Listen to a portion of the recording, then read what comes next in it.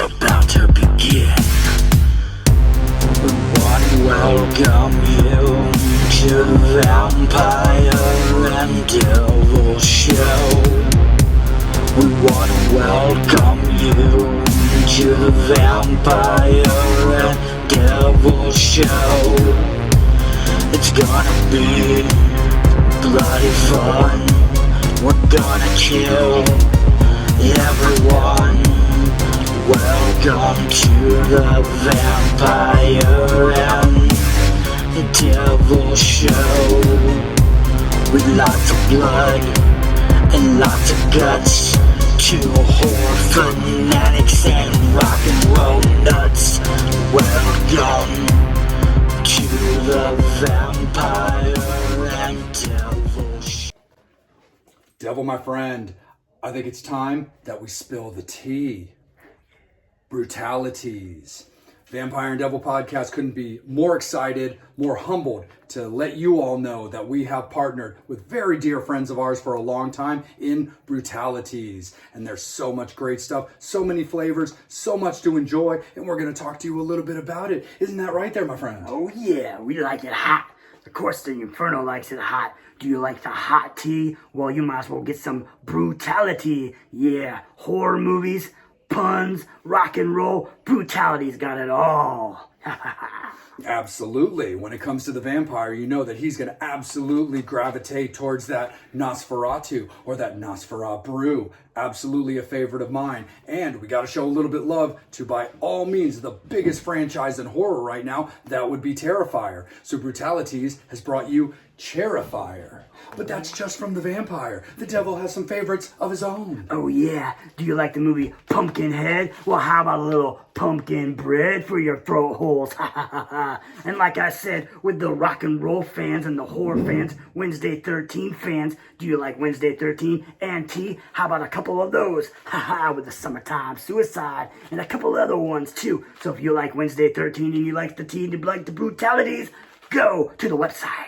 Absolutely. And so, of course, we like to look out for those that look out for us. We love you, Fangs. We love you, Infernos. But as a courtesy from Brutalities to be bestowed on you, we have that Vampire and Devil coupon code, don't we, my friend? Oh, yeah. You want to save a little dough, little cheddar, maybe buy some more shit? Go on the line, Brutalities, type in Vampire and Devil, and you get 10% off your order. Oh, yeah. Oh, yeah, definitely. So it's getting into the chilly weather. People need to warm their bones. They need to warm what little skin they may or may not have. But Brutalities is the way to get it done. So that's the way it's going to be because Vampire and Devil said so. Horns up, fangs out for Brutalities.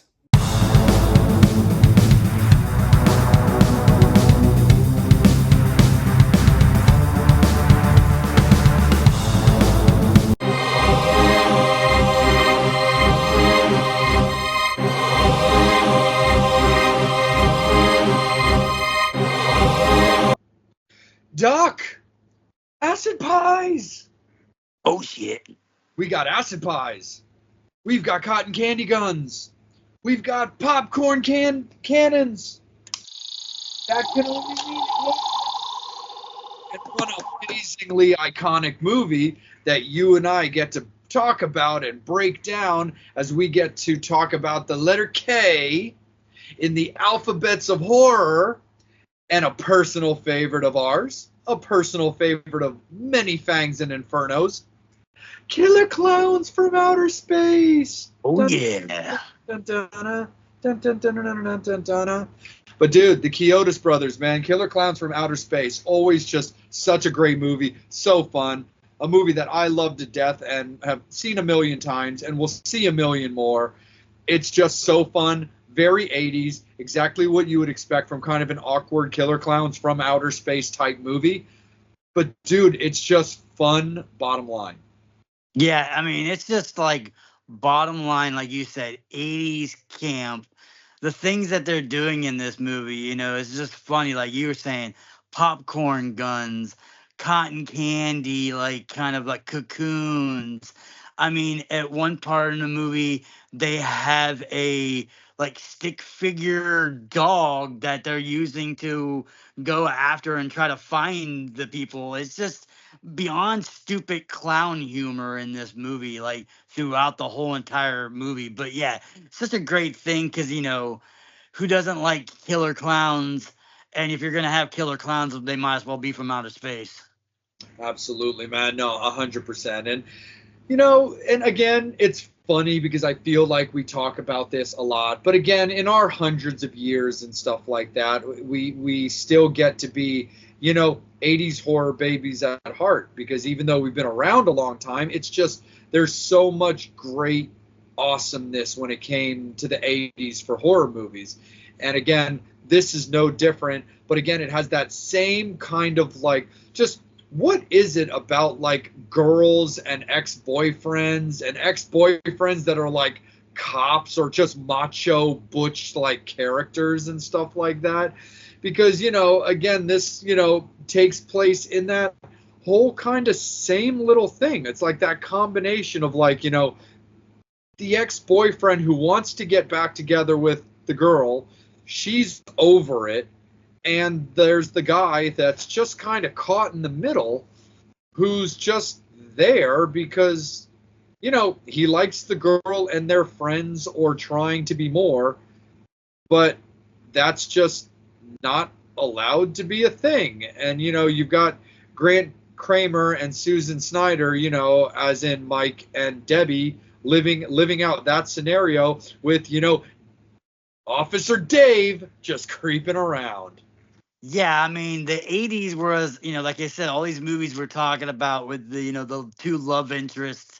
It was a very thruple time of year. I mean, it was these movies are always some kind of love triangle. It's definitely some Adam Sandler wedding singer. I love her, she loves him, and she loves somebody else, you know, one of those kind of scenarios. Yeah, and granted, yes, I love the movie. This movie, like you said, it was done by the Kyoto brothers, who, if a lot of people don't know, they are actually were the designers of the Critters, the Krites, which is awesome because you know how much of a huge Critters fan that I am. Yeah, And then man. also, with that, you have that, like you said, Suzanne Snyder, who a lot of people are going to know from those 80s camp movies like Weird Science, but also Return of the Living Dead. Yep. We talked to Tom, and that was his love interest in part two. He could smell her brains. So it was so awesome seeing her in this, seeing this or her in this movie. She was all over the place in the 80s with Grant Kramer. And like I said, John Vernon, who was basically a cop or sheriff or a dick pretty much in every movie he's ever been in, It's just a cop. especially in the 80s, like I said, there's so many movies where he was basically like a cop or something like that. He's always a dick in these movies, but an awesome guy and stuff like that. And especially with, like I said, this movie is just insane. It's got crazy shit in it. I mean, it starts off where they're all up on the makeout hill, and everybody knows about these. These makeout areas have been around since the 50s and the 60s. Used to always say, on every movie you've always seen, or even in real life too, a lot of places had those. But the makeout hills or the this and stuff like that. I never quite understood going to an area where literally everybody is basically having sex, you know, not together, but in their cars next to a car that's having sex next to another car that's having sex. I'm like, I don't get the whole like I want to be around other people having sex. Me, I like to do myself something in private, unless we're having an orgy, and then that's different. But in this case, it wasn't really an orgy. It's just a bunch of people parked in a car having sex. I mean, and that's huge in a lot of these movies. Like you said, like in this, Once Bitten, all these movies in the 80s, even like I said, those greaser movies in the 70s and the 60s always had the make out hills. I just never understood the concept of trying to get busy while other people were getting busy, because I'm such a OCD person, and not really OCD, mostly like ADD, where I'm gonna be paying attention to their noise more than what I should probably be paying attention to. My colleagues in the Lost Boys, man. With my friends, David and Marco and Dwayne and Paul. They're the first people they killed, under a camera were two people in a car. Yeah. Yeah, Like, I never got the whole doing. I mean, I'm not that I'm against having sex in a car, because I've definitely have had plenty of times with having sex in a car. Just never really at like a place where you have 100 other cars and all of them are doing the same thing at the same time. It's like, nah, right. I never understood that. Yeah. But Like the fact, anyway, yes, the that's fact what that you could starts. be getting your jollies in a car and at the same time look out your window and just be like, Yeah, see somebody's ass hanging out, or somebody doing something stupid like that, or somebody walking up I mean, I'm not even really worried about even the cops. right, Obviously the cops come in these and break them up all the time. It's just more like your asshole friend that, like, right as you're getting ready to finish your load, like all of a sudden honks his horn or knocks on your window or something, and disrupts you. So yeah, I never understood that. But it makes a good premise. Everybody is in this makeout hill, and they're making out, making some champagne, drinking some champagne, and doing all that good fine stuff. And all of a sudden, phew, looks like a comet. Oh shit! yep, Let's go absolutely. check it out. And then when you check it out, boom! And You enough cream pies in this particular segment. But the one thing I can say that I really do enjoy about the Killer Clowns from Outer Space movies is it wastes no time. And that's actually something I really like about the movie for being kind of a campy, goofy movie, obviously about killer clowns, but like they get right to it, like right away. Like there really isn't any buildup. The buildup is exactly everything you described.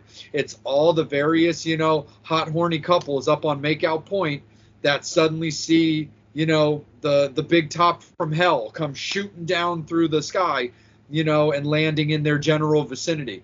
And then it pretty much gets just right into it, clowns going out, turning people into cotton candy cocoons, blowing people up with popcorn, melting them down.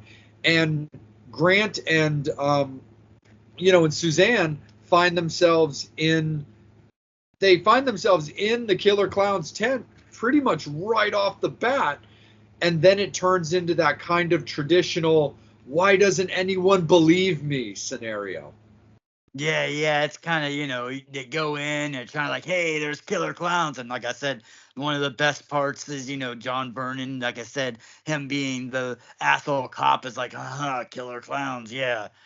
Try to make a fool of me, all kind of stuff. And like I said, you have the ex-boyfriend that's kind of like, oh yeah, sure. And he gets all tough and puts Grant Kramer's character in the handcuffs, and he does all that kind of stuff like that. And then it's like, they go to find the tent, and it's not there, and it's like, oh yeah, sure, this is what really happened. But yeah, it's like it is like this movie is a very straightforward, just goes right into, I mean, they're just going right into this town and doing all kinds of killing, man. You got, like, all kinds of good stuff.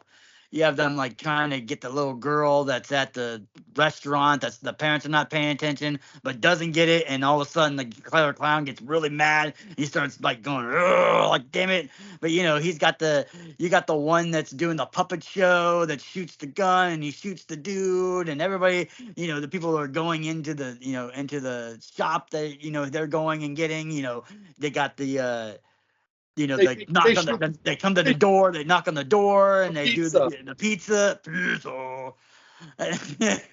Yeah, and like I said, and then they're all doing all this kind of stuff like that, and then going into the figure that you were doing with Shorty, you have him going into the getting ready to bring his bike in, and the bad dude breaks his bike down, and he's like, what are you gonna do, knock my block off? And like 80s, bam, he knocks his head right off. I mean, it's like I said, this movie just is camp and straight up like hardcore. They got popcorn on them, and her character started to take a shower, and all of a sudden you got the popcorn monsters that come out, and it's just like, I mean, and it's cool because even like this movie with like the campiness and the effects, some of the effects are, yeah, they're 80s cheese. Like when the killer clown is in the car that's trying to drive with the other guy car and he's just on his feet, kind of, yeah, it gets a little choppy. But the scene where she's in the shower and the popcorn is moving is kind of cool. It was a cool effect where they made the little popcorn look like it was scooting across the floor. No, and I definitely dug that for sure because you're right. It was a very very cool effect. I loved the cotton candy cocoons, by the way, because while they're a little goofy when you look at them, because they basically just all kind of look like pink pears. I like the effect though of when Grant, Mike, and Suzanne and Debbie were in the areas where all these cocoons were being hung, and they pull aside the cotton candy to see that there's actually bodies in there. But I liked the effect of like the bloody face, the almost kind of melting look of whatever actually is happening to these people in these cocoons, because it's never really explained.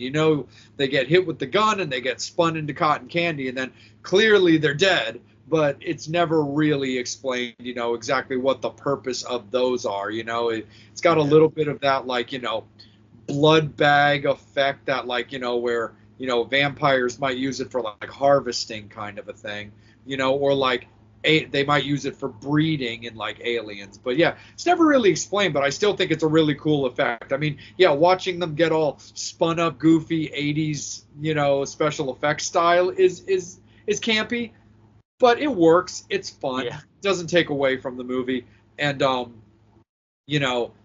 I do like the effect though of how they make the faces look when they're exposed. I like that bloody, melty look to it. I think it's pretty jazzy, man, and I think it's cool. Yeah, And, yeah.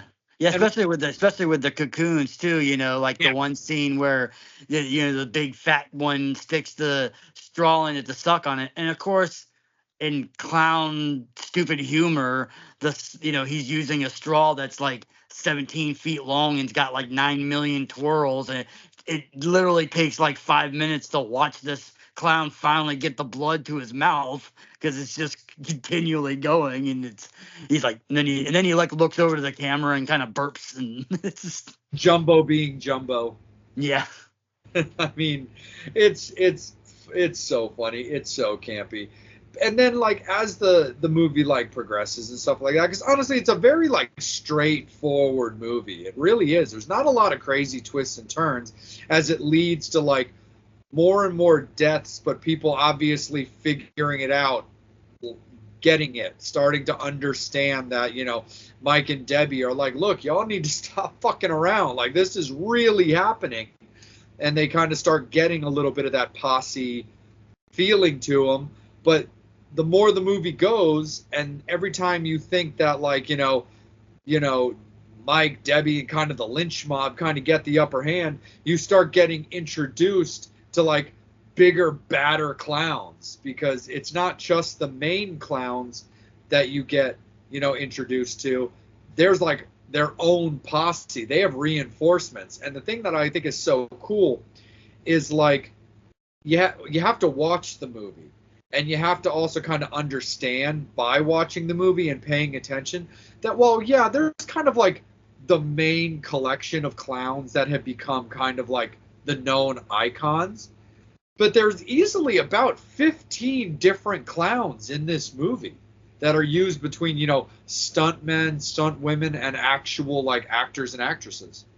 Yeah, yeah, and all 15 of them come out, and at one time, obviously with another clown stupid gag with the clown car, Yeah. and all of a sudden come out, the security guard goes, "Yeah, you're not allowed to be here," and they're like, they come out of the car and then throw some pies on them, the killer pies. But yeah, that was like the right before they get to that circus scene. I always laugh because they're like, where are they gonna go? And while they're driving, you see the big, huge, giant big top that's already planted in the amusement park. I'm like, wonder where the fuck they went. Maybe they went there. And then they're like, the amusement park. Why wouldn't they go there? I'm like, yeah, they're, because obviously that was probably put in like afterwards. But yeah, I'm like, they're probably over the big top. It reminded me of like some Dora the Explorer shit. Like, where's the big top? Right behind you, you idiot.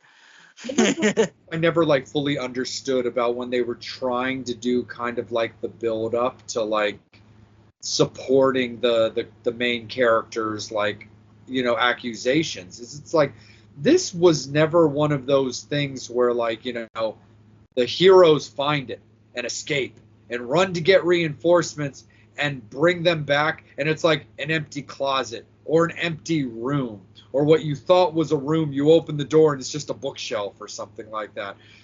The big top never goes anywhere. It doesn't have an invisibility cloak. It doesn't have anything like that. It's right there. It's huge. It's easy to walk into it. And that was the one negative thing for this movie for me, because that's just on a level of just trying so hard to play stupid that I never loved, was the fact that I was like, look, this is a clearly noticeable thing. Not only did all the horny teens see it while they were getting their rocks off, it landed in the amusement park. And yes, while that would fit as an attraction, it's this clear, big, giant, sudden thing. So as much as I love this movie, there's always a little bit of like peevedness that I get out of that, where I'm just like, what do you mean you aren't taking Mike and Debbie seriously for this thing that clearly is noticeable? Yeah.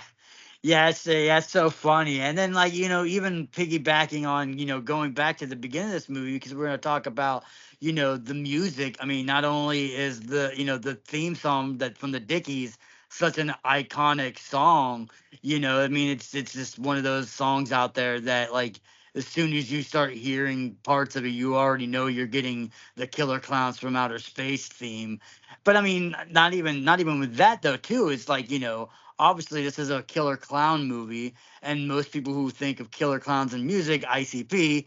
Now ICP has used a lot of imagery from their music videos. They even have a music video where of a song called "Let's Go All the Way," and they're like basically parading down the street. That kind of reminds me a little bit of like the parade when they're going around the town and Yeah. basically like putting people in balloons and stuff like that. So, and they've used a lot of ICP's used a lot of their a lot of tracks and a lot of like sound bites and stuff from the movie. So it's fun that it's not only this movie was all not only iconic in as far as like horror people and people who like horror comedies and stuff like that, but I mean it's ingrained itself into pop culture where like killer clowns now, like you said, you can go. I mean, this movie came out what in the late 80s, Yeah. so you're looking at like 88. yeah, like 30 years or so almost.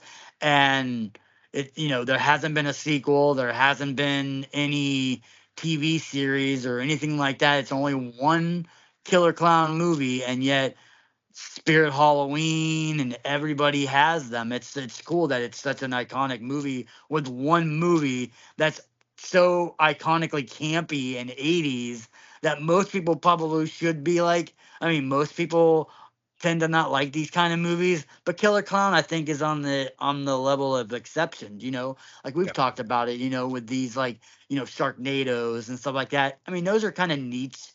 Some people in the horror community like them, some people don't. But pretty much everybody I've ever heard, unless you have a clown phobia, has loved Killer Clowns from Outer Space. And like horror people, like you would think that this movie would be kind of snubbed by some horror fanatics, but it's like it's iconically loved by almost everybody. It really is, for sure. And it's crazy too, because like it's very uncommon, like legitimately uncommon for certain ideas or certain movies in the genre to not get remake, reboot, reimagining talk somewhere that has like a little bit of steam behind it at one point. I can never recall a real conversation, or a real consideration of either a sequel, continuation, or reimagining of this movie. there's always a little bit of that, you know, hey, this script has been written or this idea has been pitched.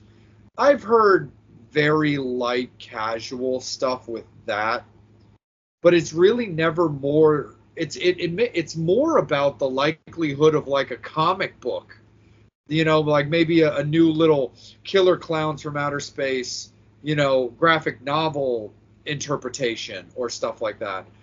I've seen more of that, gotten more of those vibes, but I've legitimately never heard of a movie that like is so beloved that nobody has even. We talk blasphemy all the time in the genre about redoing this movie would be blasphemous, or the fact that they did this. You and I talked, you know, at length not that long ago, and it's out there for all the fangs and infernos to see. But we talked in depth about the recent Crow movie, and I'm not going to make this about the Crow because there's a whole episode for that. But one of the biggest situations about that was you're taking two very beloved characters in Eric and Shelley, and with a very beloved movie, and then completely reimagining it, retelling it, where probably it would have most likely been stronger as a standalone movie with different character names. Anyway, bringing it back on point, that's the thing that's so crazy about the Killer Clowns.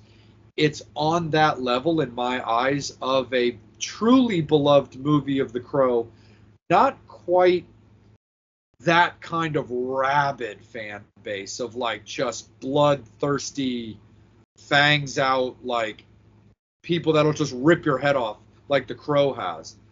But you can't look down your nose at Killer Clowns from Outer Space. It is deeply loved by its fan base, ourselves included. And I've always found it very interesting that it just seems to have been that one movie or that little handful of movies that where nobody wants to either touch it or everybody is just truly satisfied. Just, no, I'm good. I'm good with the only Killer Clowns from Outer Space. Yeah, yeah, and the other crazy thing about it too, especially like a movie like this with Killer Clowns, is like, you know, it's very low budget, and it didn't do very well in box office, and it wasn't a super huge movie back when it came out in the 80s. It kind of gradually got the cult following once the VHS has come out and people started getting word of mouth of seeing this movie. But I even can imagine that, and this might be true for some movies as far as like big ones, like not including like your Star Wars or those kind of ones. But this movie is like, I can guarantee you it's probably made more money in merch alone than the movie's ever made. You know what I mean? It's crazy that, like I said, there's Killer Clowns everything now. I mean, like I said, it's so cool that like such a, you know, an independent sort of film that like, you know, didn't get much love when it came out, and you know, that people are starting to love it now. People are starting to understand it.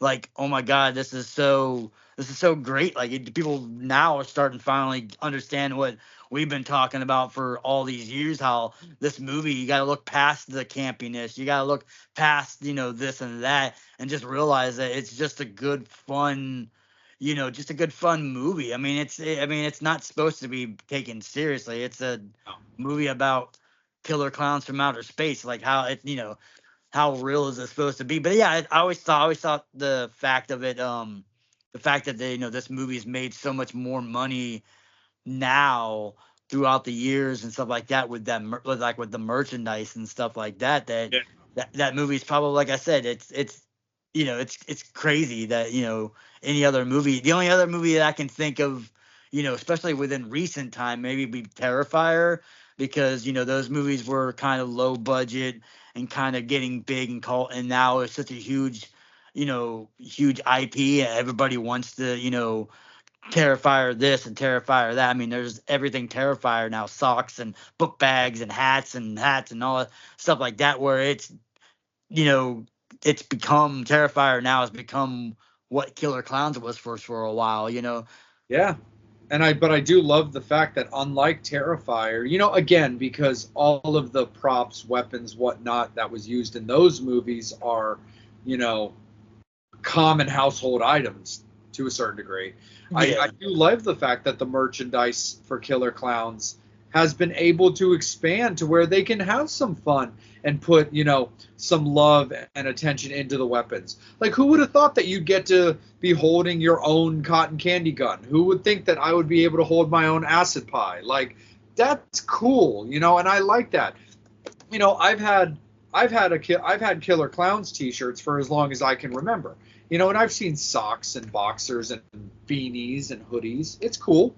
But I love the fact that, like, weapons for a B-rate horror movie like that actually became a thing. I mean, that's pretty rad, But it's that same thing. And also, just to clarify too for the Fangs, because it is out there, the Kyoto's brothers themselves had said that they did have plans a little over a decade ago to do like a return of the Killer Clowns movie.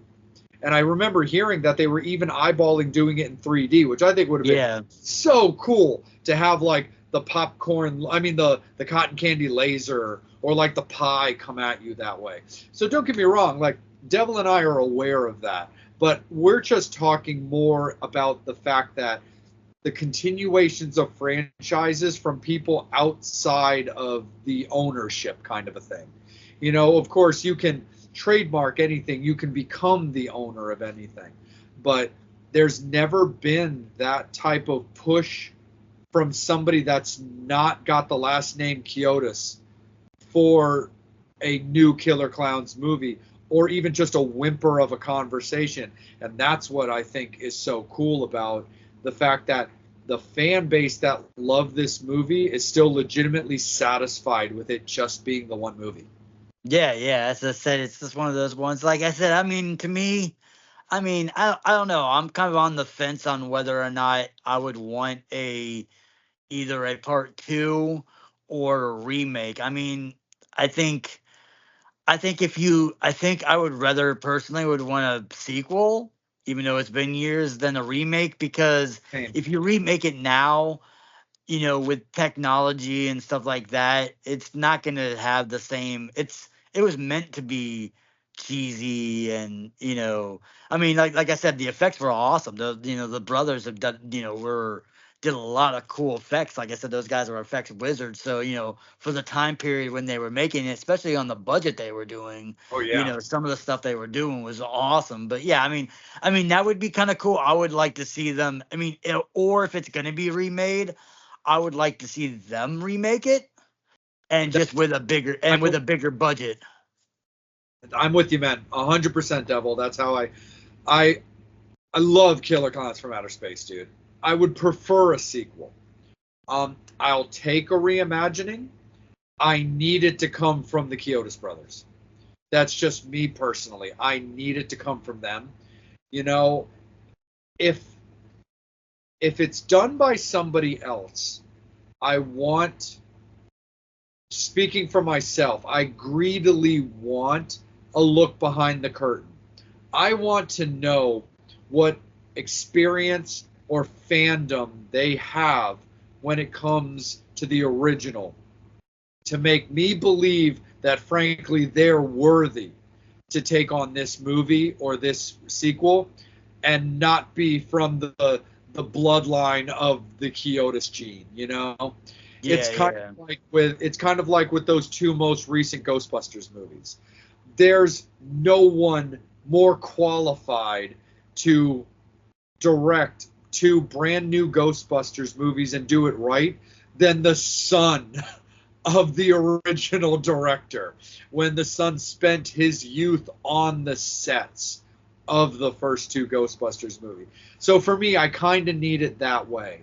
If it's not coming from somebody from the Kiotis blood gene, I need that person to have some legitimate understanding, love, and fandom for the original, or I'm not going to be excited or enthused that they are daring to touch this movie. I just think it's so fun and campy on an absurdity level, but it's just so beloved in my heart that that's kind of how I need it.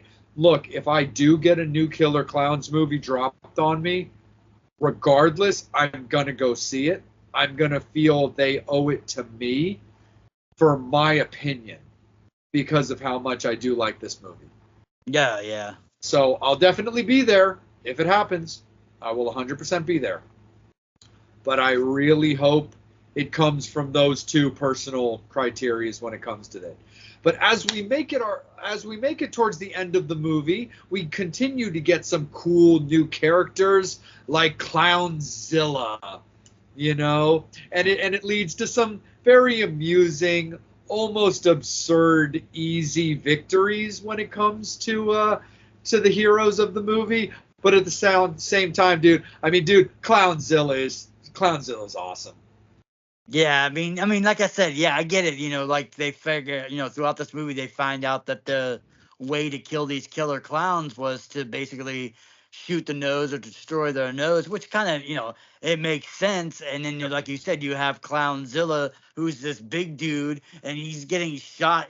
Dude's shooting at him the whole entire time, and nothing's going. And then, lo and behold, he pulls out his badge, and it has, the metal pokey spiky thingy in the back of a back of a badge or being back of a pen or whatever, and that boom, that's what does Clownzilla in. I'm like, so annoying, by the way. yeah, it's so. But the before Clownzilla arrives, one of my favorite parts of this whole entire movie, which just the absurdity of this movie with you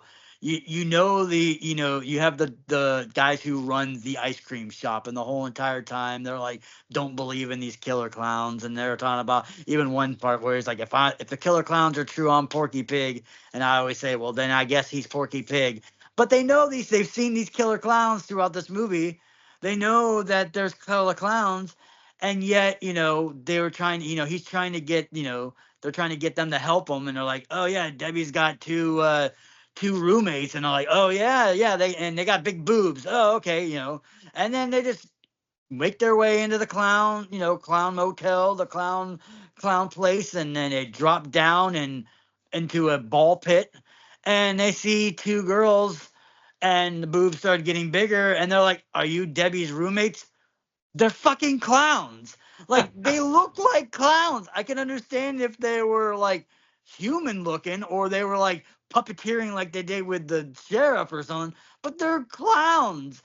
Yes, they're girl clowns in the movie, but they're still clowns. And I never understood, like, really, dudes, those you're gonna try. I mean, I know you're horny teenagers or horny 20-year-olds and stuff like that, whatever, however, college kids or whatever. But it's like, yeah, it's like no amount of being horny am I gonna go after a bunch of clowns, especially like I said, maybe to begin with, if you didn't realize the clowns that are in this movie were bad. Like if this was an earlier scene before they got to him and they knew that the clowns were going around killing the town, then okay, maybe, because I'd be like, oh, okay, there's some clowns there. Okay, cool, maybe, yeah.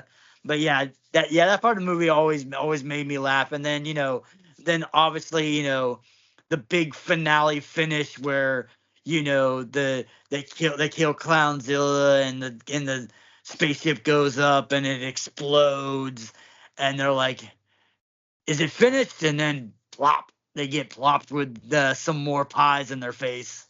I'm just like, wait. And then it just goes to credits with the song. Yeah. With the theme song. Yeah, it's just like, wait a minute, were there still clowns that are still alive then? Like, it was kind of almost like we were going to get a sequel maybe, but it was just like, oh, we're just going to do one more clown gag. It's like, did they die? Did they melt? Was it an acid pie? Was it just Stay Puft Marshmallow Man fluff type situation where you're okay? It's just clown gag style. And then it just boop right into the end credits as it's playing the Dickies again. And I'm just like, what the fuck? But it's great. Don't get me wrong. It's great because, again, it's exactly what you would expect, because it's we've talked regularly about Art the Clown on this show. We've talked regularly about a lot of clowns on this show.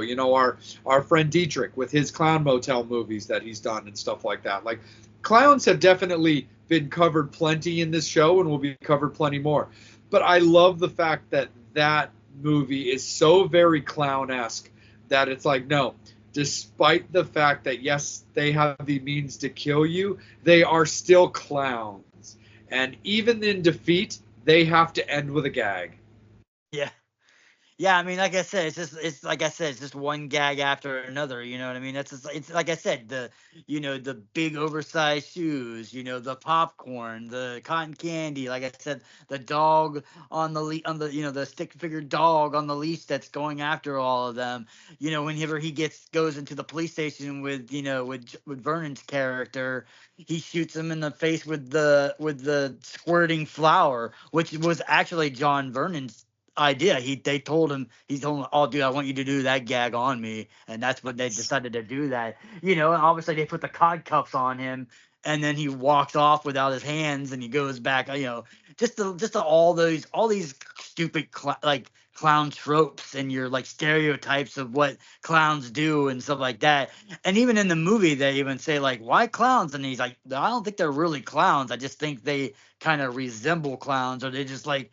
But they just run with every cliche, every Yeah, stereotype of clowns, and that's what makes this movie so great because it's just over the top stupid shit, but just works really well with the whole clown motif and the fact that they're trying to harvest and kill us. But there's no explanation on why they came here, why nope. they're harvesting us. It's just like, hey man, they were just like scooting around outer space, and they're like, hey man, there's some people down here. Let's go give them a visit. I mean, it's only this one town. It's not like it's a clown invasion where it's every single, like Independence Day where there's, aliens above every big major city and all that. It's just one small little town, and I would imagine California because that's what it reminds me of. It looked like it would be a California town, so I'm assuming it's California. But There's still a part of me that wants to just think it's Iowa.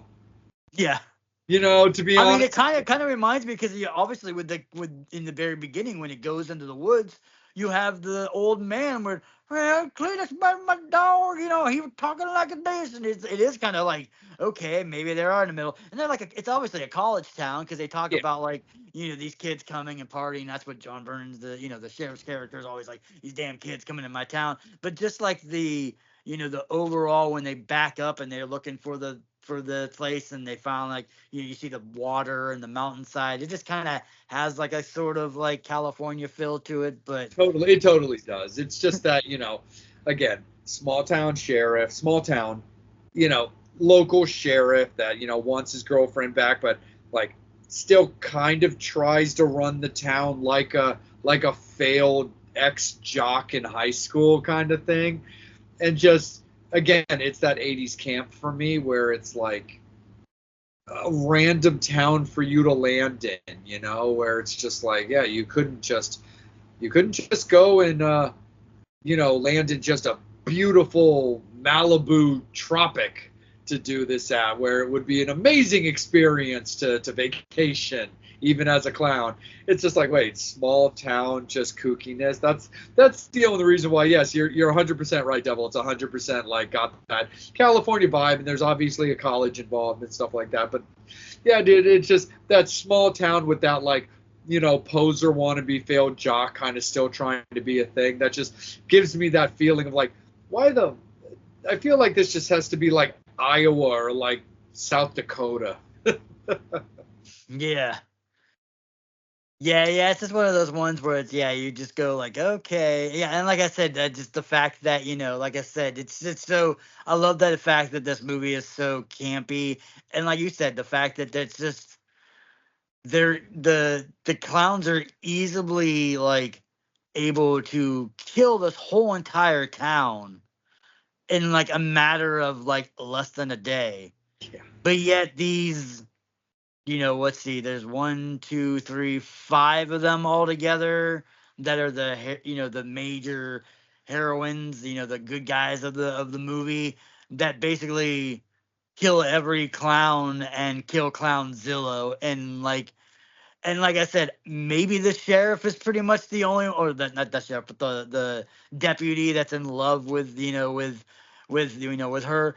Maybe he's got a little bit of skills because he is a police officer. He could probably handle himself a little bit, with training and being able to shoot. But yeah, the fact that the other guys are all a bunch of dorks and geeks, and the other ones are driving around ice cream trucks, and yet they all seem to they seem to get the best of Killer Clowns. Maybe that's why we haven't gotten a sequel yet, because the other clowns in space were like, yeah, no, we're not gonna go there. They got their asses kicked way too easily by a bunch of nobodies. It's not like the military came and destroyed them. They're like, nah, they got beat by a bunch of idiots. Yeah, no, absolutely, bro. So, but again, it's fun, it's camp, it's everything you would expect from the 80s. It's everything you would expect out of a clowns first type movie. But let's talk about the obituaries, my friend. Let's just talk about where we rank this on. I love this movie to death. I actually give it pretty high marks. But let's start off with you, man. Where do you like this movie to be? I don't know, man. This one is like when I was thinking about what I'm gonna rate this movie. To me, I feel like anything I'm gonna rate this movie is probably way higher than it probably deserves For the or record, probably you and should. I are both going to rate it high. Yeah, because I mean, to me, this is like one of my favorite movies of all time. I'm a huge Killer Clowns from Outer Space fan. I just love this movie. Like I said, it's one of those movies that I can finish and then go back and watch it again, and then watch it again the next day, and then watch it again a couple of other days, and still find little things that maybe I'm like, oh yeah, I don't remember that, or oh, I don't remember if I've seen that. You still find little bits and pieces that maybe you didn't notice. But yeah, I mean, overall movie, like subjectively, yes, it's the acting isn't that great, but it's not really meant to be. I think it's supposed to be over the top, even shitty acting from, like I said, because Grant Kramer and Suzanne are really good actors and actresses, but I think it's supposed to be that over camp, like the way that they told 'em, oh yeah, sell it way more, make it look like you don't know how to act, to a point, what I mean? So it's like, yeah, I mean, and like storyline, like you said, it's AB. The fact that the killer clowns are way too easy to kill. The ending is kind of like we're talking about, with the idle hands and these movies that are anticlimactic at the very end of the movie. This movie is what, is one of them. It's a very anticlimactic. You would think, okay, they're surrounded by all these like hundreds of killer clowns are not going to be able to get out, and even the killer clowns, like the posse of killer clowns, are even afraid of Clownzilla, because when they comes down, they're like, okay, yeah, big boss is coming down. We're getting out of Dodge, and Yeah. Big Boss literally is like a 5-minute fight. Like he wasn't even like, but like I said, in theory, yes, this would probably be like, maybe like a 6, maybe a 6.5. But I don't know. Like I said, I love this movie too much. I'm just gonna say, screw any normal rationality, and I'm going to blow everybody's mind. I'm gonna give the highest probably rating we've had so far on our show. I'm gonna give this a 9. No, absolutely, brother. Dude, you and I are both love affairs of this movie, dude. So for the record, Fangs, it's gonna be a 9. I'm just gonna tell you that before I get into my breakdown. That's the way it's gonna be. But however, seriously, shout out to you, Fangs and Infernos, on behalf of me and Devil, because this movie was up on the polls against some other really great movies for the letter K that we had up. Are we stoked that you guys chose Killer Clowns from Outer Space? Fuck yeah, we are. Because we were so happy that we were going to get to talk about it. Not that we won't get back to those movies, but yes, we are super stoked that you guys like this movie enough to vote it as the movie that we get to talk about. But no, absolutely, bro. It's a 6 to 7 at best when it comes to acting, effects, execution, weirdness, all that stuff. But the movie is just so fun. It's so beloved for us. It definitely means the world to us. It's up there. It might be our highest overall, because we're breaking the mold a little bit on this, because I do know that we did put Antichrist pretty high up on the obituaries, and it stood loud and proud as our top number for quite a while. So I would have to go back and revisit, but it's either going to end up tied or exceeded and dethroned. But it's exactly what you want out of a fun movie that's frankly executed well. That's the thing that I think a lot of people don't really get. You know, the common populace of horror fans aren't going to necessarily see. It's a movie about clowns. It's clown etiquette. It's clown acting. It's clown scenarios first. That's what they are. Yes, they're killers and they're trying to take over the town or the world. So they're going to try to murder you. And the way that they do it is very clown-esque, but you're still dead. The fucking the goal is met. Like the goal is applied, you're dead. That's what they wanted to do to you. The way that they're taken out makes sense. I think it's kind of stupid, but the clown nose is the iconic part of a clown. So the popping or breaking or severing of their nose makes sense that would be the way. When it came to Clownzilla, taking him out by popping him with a police badge, okay, there's a part of me that really wants to hate that.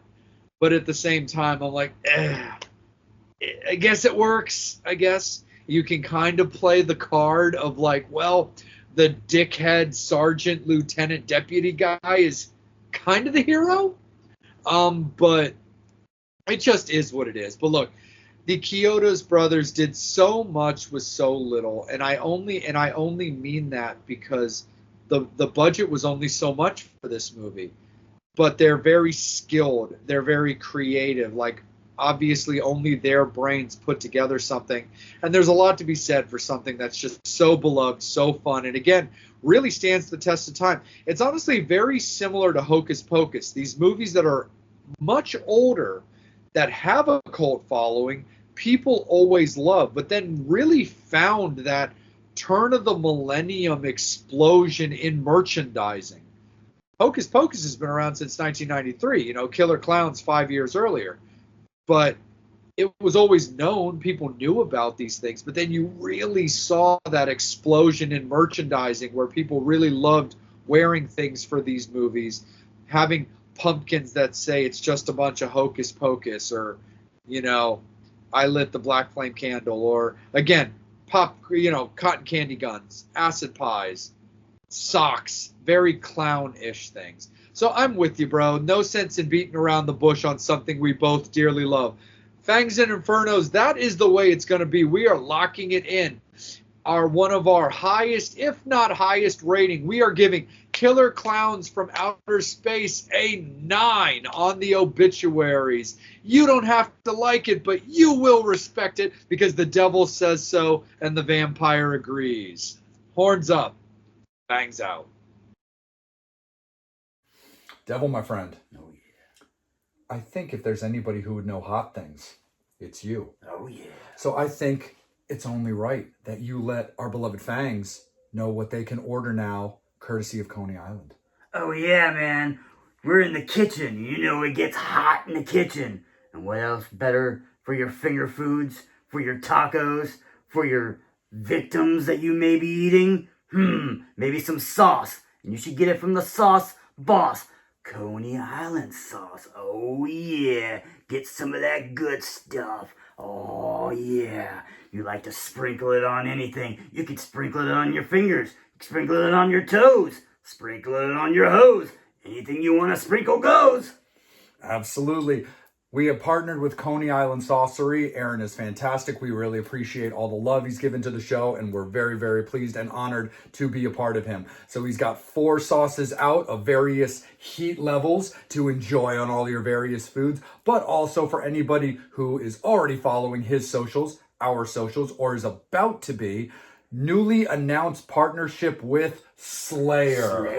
Oh yeah. Coney Island burning to fire. Oh yeah, Coney Island Saucery does have a Slayer brand hot sauce coming out very, very soon. And so make sure that you check that out for all your various levels of spice. This is Vampire and the Devil, Coney Island Saucery.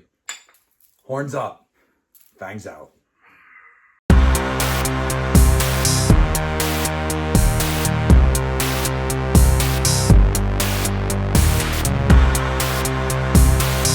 fiends, it's showtime. Yes, it's back again. I'm back again. Your favorite ghost with the most, the Krilla from Skrilla, the devil from down under.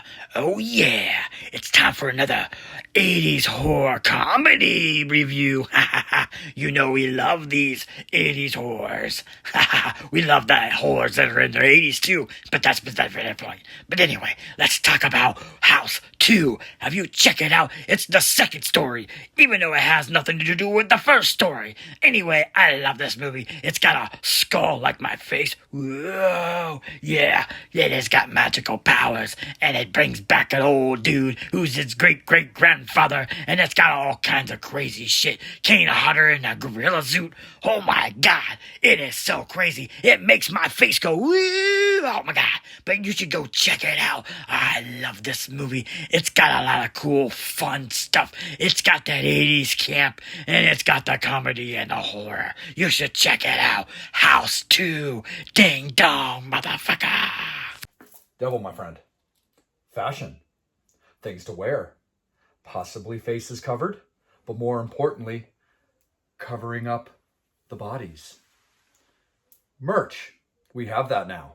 We are very, very excited to announce that Vampire and the Devil have partnered with our friends at Rockin' Horror Apparel. They are now taking care of the actual merch, the exclusive merch for the Vampire and Devil podcast, modeled by our very sexy devil right here. Oh yeah. But we have all kinds of goodies to share with you. Got the hoodies, we got some shirts, we got some tanks coming up, we got some booty shorts, we got all the stuff you want to wear from the Vampire and Devil podcast, thanks to Rockin' Horror. Horns up, fangs out. Devil, my friend, let's go out. Let's hang, man. Like, I need to do some shopping, bro. Like, I need a new jacket, I think I want to grab a bite to eat and maybe preferably a drink. But I need to pick up some stuff around, man. What do you say that you and I take a little trip over to the mall? Yeah, man, let's go to the mall.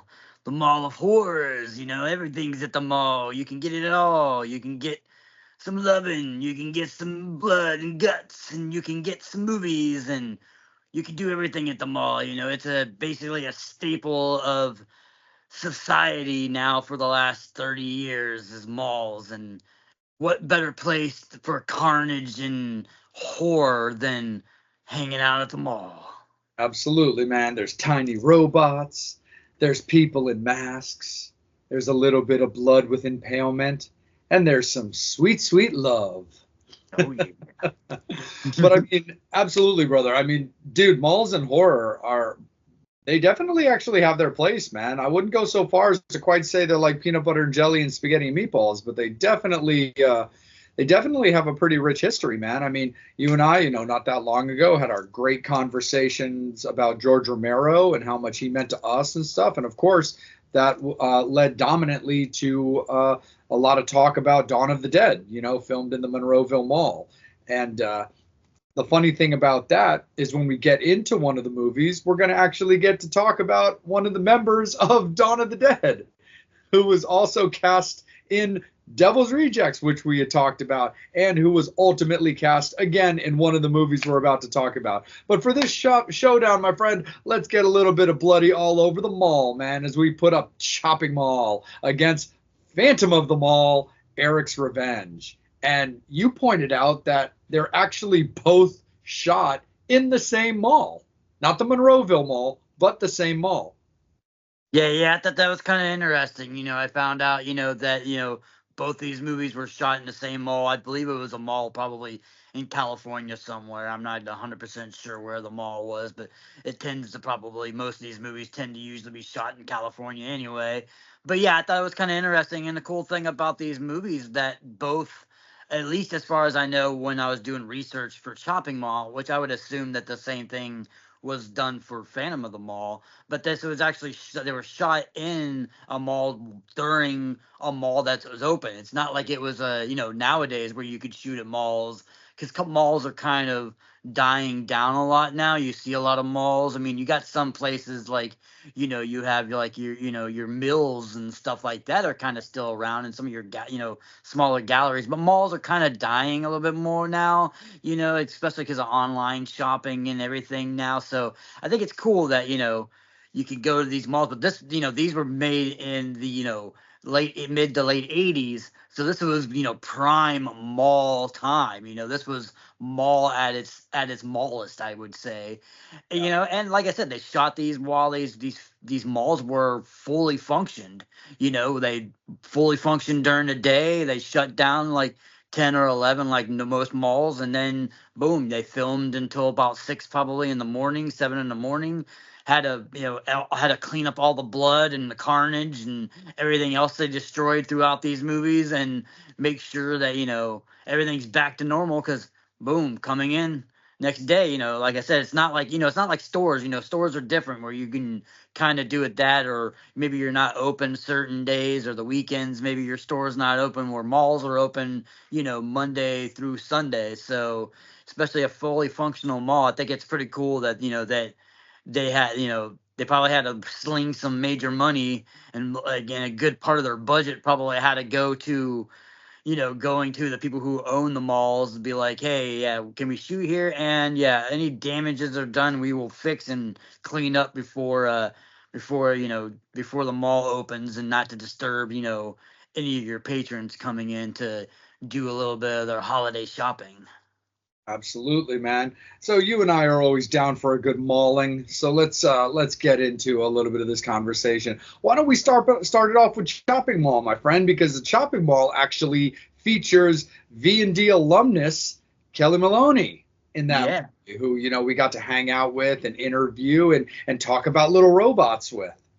Yeah. It's kind of cool, like I said, when we went into this, we probably figured that we were already, I'm not sure if we already had it in our wheelhouse that we were doing a mall episode, but of course, if you're going to do a mall episode, Shopping Mall's got to be on that list, to talk about. Not necessarily have to, I mean, those other ones, but I Yeah. just think it's funny that we are going to talk about a movie that that we did talk to a star, Kelly, about making the movie and stuff like that. So that's kind of cool too. If Fangs and the Ghouls want to go and check out this episode whenever when it airs, and go back and go, oh, cool, let me go check out that interview with Kelly too. It was she was super awesome, super fun to talk to. It's such a Chopping Mall is such a it's such an awesome movie. It's in the, like I said, it's in the 80s, so it's in that time when the world was very, and motion pictures were very interested in robots. A Yep. lot of robot stuff. I mean, especially bad robots and stuff, like not necessarily all bad robots, but you had the Terminator movies. You had Short Circuit at the time, which was, that was more of like, he wasn't a bad guy or anything like that. We did Deadly Friend with the deadly robot. Yeah. So there was a lot of movies, RoboCop. There's so many movies with these robots, that it was like that technology about advancements in electronics and robotics and stuff like that, that it just made sense to make these horror movies, because just like anything else, technology always has some kind of something happens, and something screws something up, and that's pretty much the premise of Chopping Mall. Yeah. It's basically these robots that are meant to protect the mall, and keep shoplifters and bad guys from doing stuff, and there's always some kind of electrical surge or something happens, and it just makes these robots into killer robots. Absolutely. And even though, it's a very 80s premise, and like you just said, we've talked about, robot infusions already, and there was also so many things outside the genre that they did. But these robots also gave me a little bit of like much older, like 20-year older nostalgia, because they kind of gave me that Lost in Space vibe. Yeah. Yeah, very, very Lost in Space, very Short Circuit. They just had that kind of like feel to them. But yeah, definitely a homage to almost to the Lost in Space robot. 100% for sure. But the concept of this movie is pretty chill. It's pretty simple. It really doesn't leave a lot to the imagination because it pretty much just gets right to the point. It's the idea of like, hey, why have regular security guards that, can get tired or get injured or get killed when you could have your mall secured by actual robots that protect, everybody's valuables, protect everybody here, can't be killed basically and can't be injured, but are also designed not to kill either. So yeah, tell me how that couldn't possibly go wrong. But yeah, I love the line that's early in the movie after they're showing like a display of it, where they're like, yeah, now this is basically non-lethal force. That's the way that these robots are set up to do their business is non-lethal force, tasers and things like that. And then you come to find out that, well, yeah, a taser to a certain degree, not counting health conditions, isn't designed to kill you. There are ways to get around that. Yeah. Yeah, it's crazy. Yeah, it's these robots have lasers in it, and like yeah, you'd think these lasers can actually do a lot more damage than what you think. And yeah, I love it. Yeah, like I said, the premise of this movie is pretty basic. Like I said, it's a bunch of teenagers, 20, not teenagers, probably like late, mid early 20s. Guys are, going around. They're all working at the mall. They all want to go out and have a little party and have a little after mall hours, rendezvous. Which again, it goes into these movies again, like we've talked about a millions of times. Where you get these movies, especially in movie in the '80s, man, where everybody just wants to, get it on, get that fornication going on, which we know, everybody's horny teenagers, horny middle-aged people, horny old people, everybody is. But yeah, I never understood like, yeah, this scene in the movie where they're all kind of just making out together, and it's like literally like your bed is almost right next to the next person's bed, and you're basically kind of just going to the motions and the grooving to the sounds of the next person, grooving and moving. Competing. It's like Yeah, that conversation we had not that long ago, bro, about like make out point. yeah. It's like it's there for a reason. Everybody kind of knows why it's there, but it's like having sex at camp. Like, can you really get all up into what you're trying to do when, you're a couple feet away from your bunkmate or whatever, let alone both sides of you? Yeah, yeah. I mean, you can't blame it too bad because, like I said, with the addition of Kelly Maroney, we have a huge horror icon in Barbara Crampton in this movie, and it's awesome. She's not afraid to show some skin, and she shows the titties, and like I said, these '80s movies were '80s horror movies were all about about showing that skin, and all of us guys were loving that at the time. You know what I mean? So it's like you know, two thumbs up or three thumbs up on that one. Yeah, two thumbs up that you can see and a third thumbs up catching up there. Yeah, absolutely for sure. But when it comes to like the actual like kills, it's got some great, kills into it, but the movie really progresses, onward and upward and towards the end, really as you would expect, a killer movie to be. There's not a lot of like excessive extra thinking when it comes to this.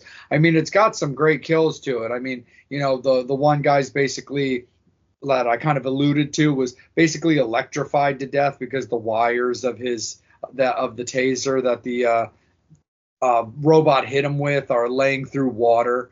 So of course they just shocked the shit out of him. And I love the like a la Scanners just head explosion of the girl. I mean, I'm just a big fan of that. I was just like, wow, that is just straight up, no frills, no whistles, just good old fashioned gory head explosion. And the funny thing is, too, one of my other favorite confrontations of this movie, while you thought it led to a kill, it ultimately didn't lead to a kill, but it had a certain, like, chef's kiss, like, je ne sais quoi comedy factor to it, was where this guy picks up, like, a fire extinguisher off the wall, throws it at the robot, and it basically, like, bounces off of him. And the robot just kind of looks at it, picks it up, and throws it, like, right back at the dude and just hits him in the chest with it. Really fantastic. Yeah. It's crazy. It's just funny. And then throughout this whole entire movie, you're at the mall. They're trying to figure out ways that they can, take these robots down. And it's another factor into these movies, these mall movies, which I always thought was kind of funny, going with Dawn of the Dead and some of these other movies too that are all mall. There's a gun, store in these malls, which, I mean, I've been to malls my whole entire life, and I've never been to a mall that had a gun store inside of it ever. I mean, I'm granted there probably are some, and like maybe some of like the really super super ultra gun friendly states, maybe like Texas, where everybody's born with a gun coming out of the wound, maybe. Or But maybe then a again, hunting store. yeah. Like I said, I mean, there's definitely stores like that. I mean, hunting stores are always been around. You know what I mean? You can always go to like you know, bass pro bass players and stuff like that and go to those places. But I mean, they somewhat have guns, but like to an extent, I mean, they're usually more like, very, very low key. I've never, like hardcore, like, these guys are like getting like AK-47s and shit like that. Like you can go to a mall, at that time and go to those places. Like, yeah, you can probably get yourself like a hunting rifle or a shotgun. Yeah, those kind of guns. Like I said, yeah. So those kind of guns you can get in malls. I'm not saying that you can't get any kind of guns in malls, but yeah, handguns and fucking machine guns and hardcore artillery. Yeah, you're not buying those at your typical mall. No, exactly, brother, and that's what I meant too. Is like, yeah, there's hunting stores and stuff but like where you can get guns, yeah, but it's like specific to a section. It's like buying a hockey stick or a baseball bat in a sports store. There's a section for that, but it's not just wall to wall hockey sticks. Like it's not wall to wall, guns. So it's definitely that same kind of thing where, yeah, there were gun stores, like you mentioned in the earlier part of when we were leading into the reviews, where, yeah, it's one thing to have a store that specializes in something, just like, like their hours, like you were discussing. But like in a mall like that, yeah, you're not going to have like, the shoot 'em up now store, open 7 days a week for all your artillery needs, like UHF with Weird Al, like Spatula City, Yeah. like you're not going to get something like that. But no, it's fun, dude. I've always enjoyed this movie, but it is that same kind of concept where now it's a matter of, all right, now we got to find a way to take these robots down. Yeah, and they come up with some cool ideas, you know what I mean? Like, they get like the little kind of propane tanks and stuff like that, and kind of use them as like basically homemade bombs and stuff like that, throwing them at them. They're just trying to figure out how they can kill these robots, because like I said, the cool thing about that, and kind of the premise of that is like, you would think if you hadn't seen this movie, you would be like, well, why wouldn't you just leave the mall? Well, that makes sense in most mall movies. They kind of took care of that, where in this mall at a certain time, like after the employees are all done, everybody's cleaned up and everybody's gone, this mall goes into what is basically a lockdown mode. It's like basically like steel armor. You can't get in or you can't get out of this mall. And that's what brings the extra level of action and horror in this, is that, yeah, that once those gates go down, those shutters shut, yeah, you're stuck in this mall. So that, yeah, they can't just escape the mall. They have to try to figure out how they can get and best these killer robots in this movie. And it's, yeah, I mean, even though the robots are kind of funny, they have their little one liners, the guys getting ready to get the cigarettes, and they shoot you up and have a nice day. Seriously. and keep on going. And the heavy security, I mean, that plays into the movie's like plot, frankly, anyway, with the fact that the mall kind of locks up like a bank vault. But that was the whole purpose of the killbots even existing to begin with, is like they're there to protect the mall and just kind of scuttle around doing their thing. It's just a matter of whether or not, they got all the bugs out. You mentioned RoboCop, and it had that moment where, Ed 209 wasn't listening to his commands and stuff like that, and ended up taking out a civilian. So like, It's that same kind of thing. But there's even some great, like, there's also some great little robot kills too. Personally, my favorite was the elevator. I just love the good old fashioned just a good old fashioned crushing. Yeah. Yeah, like you were saying, like I said, that the whole like thing of these robots going bad. Yeah, you like you said with the Ed 209, they even do that, where it's like you're supposed to scan, your badge to basically show it, and it's all like all of a sudden like it's like nah, whatever, I'm still gonna kill you, regardless of whether or not you're an employee or not, which is kind of the whole premise of these things is where if you show your badge, it scans it and it knows that you're an employee and it's going to let you go off and do whatever you need to do. But it's just like, nah, nah, we're just gonna kill you anyway, because yeah, that's what we want to do. And it's just funny, like like I said, and some people may know, like you were talking about the guy who gets killed with the electrocution. I mean, that he shoots that little thing, and like you said, he misses, and he's like, look, you can't even fucking do this right, and then electrocutes him in the water because he's mopping, which is kind of funny because if people, Fangs and the ghouls will know that that's Dick from freaking Gremlins. This dude has been in every movie. I mean, I love that guy. He just shows up everywhere. But yeah, I always feel bad for this guy because whenever he usually does show up in movies, he tends not to make it in most of his movies. No, not really, man. And it's also funny, like as we get like towards like the ultimate like survival when it comes to this movie, it's also kind of funny too because like the thing I love about the end of the movie, but also makes me roll my eyes about the end of the movie is that 80s fashion. I'm like, okay, so wait. So she breaks into the paint store, splashes a bunch of paint around to kind of like mess with the gears of the they've got wheels basically like a tank, and she escapes and then he goes in after her and turns around and then kind of like that hasta la vista moment, or kind of like, smile, you son of a bitch in Jaws. She fires the torch, the flare at him. And it's not so much that the lighting on fire wouldn't make sense because there's plenty of paint that's, it's got flammable chemicals and stuff like that in it. The entire fucking store blew up. Yeah. And I'm just like, wait. There's no gunpowder to a flare. Like, and while yes, I understand that I literally just said about shooting it into like flame chemicals, it was just such an instantaneous explosion. It's one thing to like be popping things out of the little killbot or maybe make him himself kind of explode, but like everything went up in that store. Yeah.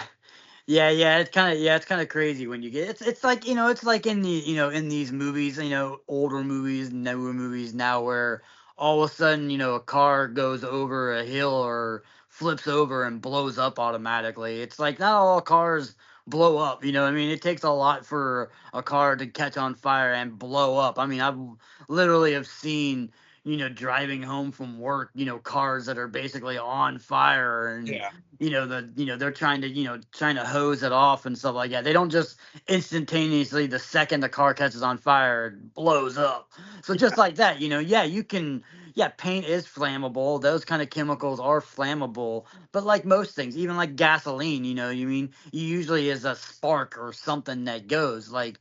So it's like the flare is already kind of going. So it's like, yeah, it's one of those ones like, okay, yeah, maybe it probably eventually would have caught it on fire and it would have been more of a slow kind of build up to it. And maybe eventually after a while, the cans might blow up and explode. But yeah, unless that store had like some C4 or something in it too that they were hiding and they didn't want anybody to know they were selling in the back, yeah, that store wouldn't have gone up as much. But it just, like I said, it goes back to the beginning too, the fact that they blew up the store and then literally had to fix it before the next day. Like, okay, now let's rebuild all this shit real quick. Yeah, seriously. So for me, if I'm directing that movie, I'm like, no, we are making sure that this scene is shot and executed at midnight because we need this thing fixed by like 8. Yeah.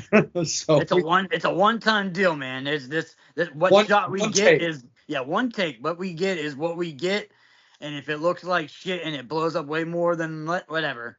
Let the continuity error or people fucking bitch about it. Seriously, dude. And then of course it leads to that typical 80s, like, got to get that final little one-liner in there, between who I thought was going to be my favorite comedy kill, but he with fire extinguisher to the chest guy, but he's just holding like an ice pack to his bloody head while he's just standing over the railing like, "You all right?" And she's just like, "Yeah, I'm cool." Yeah. It's kind of, it's one of those ones where like he gets taken out and you're like, okay, that was kind of cool, but kind of weak. And you're like, he really died from that. And then Yeah, like, the corner of a plastic trash can. yeah, and it's like, okay, and then you're like, oh, whatever. But yeah, it's like, because everybody else, in this movie, like I said, Barbara and everybody else, I mean, it's literally almost everybody gets killed in this movie, and it's, all the kills are really freaking cool, and then you get this guy who just kind of just gets thrown a little bit and bangs his head a little bit, and he gets killed. I mean, like, it's like, I mean, out of me, I think my favorite kill is probably the Barbara Crampton kill. Like, they just fuck her up in that movie, like. No, for sure. Like it's just bits and pieces and blood and damn. Yeah. It's just like, oh wow. I mean, I'm always a fan of a good old fashioned like direct to the point head explosion, but Barbara's is really epic because it's just that beating of epic proportion of like almost like Saw like torture, where it's just like, oh wow, like this is some pre Art the Clown shit. Oh yeah. But I definitely love it with that. But Devil, my friend, let's talk a little bit about the obituaries for this. Trust me, Fangs, as we all are well aware of, and all of our beloved Infernos as well. Like, sometimes movies just have that kind of start at A and get right to Z kind of build to them. Doesn't mean that we like them any less. We love us some Chopping Mall. I love some Chopping Mall. When Devil pitched me the idea of doing a mall horror movie, I was like, Chopping Mall. That's what I want. That's what I want to be my pick. I was like, that's the way it's going to be. Absolutely love this movie. But at the same time, it's fun. It's got some great kills. It's that great 80s camp. But the funny thing is, for this movie that kind of like failed epically originally, actually, as the movie Killbots, it wasn't until it got re-released as Chopping Mall that it actually really got more of that cult following as well. And then, of course, down the lines as well, you've got VHSs and tape trading, and then bootleg DVDs leading into actual official releases, and then the opportunities to talk to people like Kelly live and in the flesh. But I enjoy the movie. I've always been very keen on this movie. I've always loved it quite a bit, but I can't go out either and pretend like it's really like an epic like masterpiece. It's just a fun way to spend an evening about things that you can actually kind of relate to. But for me, I do keep it very simple. While I hold it very higher in my heart, my official rating though for this movie is a 6.5. Oh yeah. I mean, I definitely agree with you on that. I mean, like I said, it's got the got the bonus of being able to be able to watch a movie over and over again. It's definitely got that watchable factor to it, and it's like I said, it's fun, it's campy, it's over the top kind of silliness and stupidness and stuff like that. But I mean, that's what these 80s movies were all about. They were about the campiness, horror, and the kind of like larger than life kind of stupid shit. But yeah, like I said, it wasn't, it was never made, this movie was never made to be meant to be like, an Oscar winning, huge production, multi-gazillion dollar movie. It was meant to basically what it is. It's about a fucking robots that kill people in a mall. I mean, that's basically what you're getting in the title, and the imagery of the poster is pretty much what you're getting for the movie. They're not reinventing the wheel when it comes to this movie. But like I said, I agree with you. I think it's a 6.5 on that, because like I said, it's got that likability. It's got like the those actors that we've loved who have been in other movies, other horror movies, and the tropes for all the horror stuff. And it's just a good time. Like I said, it's just a fun movie to watch. Absolutely, man. 100%. So that's the way it's going to be, Fangs and Infernos and our beloved ghouls. We're starting off with Chopping Mall at a 6.5. And we're going to cruise right on into the Devil's Pick. So, Devil, my friend, let's talk a little bit about Phantom of the Mall. Oh yeah, and like we said, it's the funny thing about it when we chopped these movies together, we didn't realize like these were both filmed in the same mall, which was I Yeah. think is just a cool little bonus feature. Because sometimes we do that. We'll pick movies that happen to have the same actors in it, Yeah, or things that are did like that. And this was kind of like the it's a mall horror, so the mall is the main part of what we're talking about. That and the mall is the reoccurring cast member in both of these movies. So I thought that was kind of funny.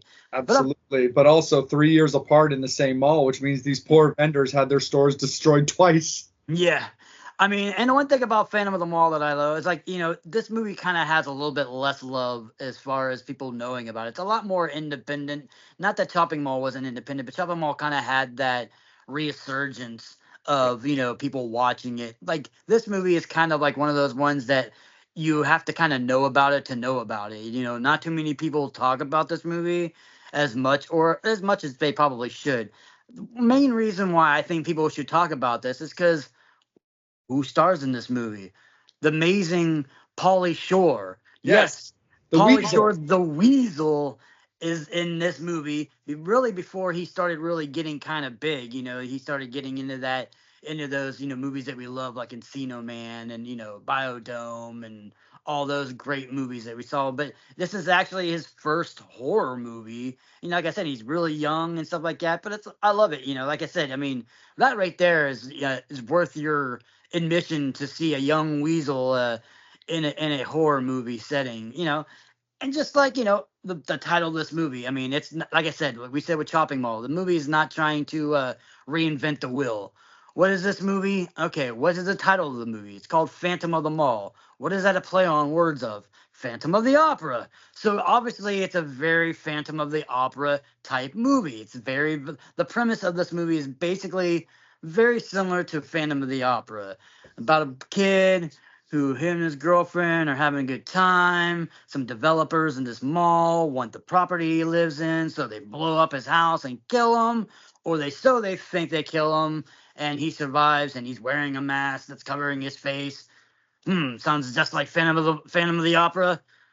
Why not put it in a mall? And I love it. That's why I love this movie because I'm a huge fan of Phantom of the Opera. I love the original Phantom of the Operas. I'm a huge fan of Robert Englund's Phantom of the Opera that he came around with. Like Yep. we've talked about Dario Argento's version of Phantom of the Opera. So I Julian. mean, yeah, so I mean, I love the story of Phantom of the Opera, and I like this one because it puts on a different spin a little bit. It's very similar to it, but putting it into a mall setting instead of an opera setting, and unlike all those other movies, you don't have no kung fu in those movies, and this movie is all about kung fu action. Is I it know. not? Is it the greatest kung fu action in the world? No, these guys are not Bruce Lee. They're not Steven Seagal. They're not Jean-Claude Van Damme. They're not any of those guys. But it's good 80s. I want to pretend like I know kung fu, kung fu. They're just kung fu fighting, brother. Yep.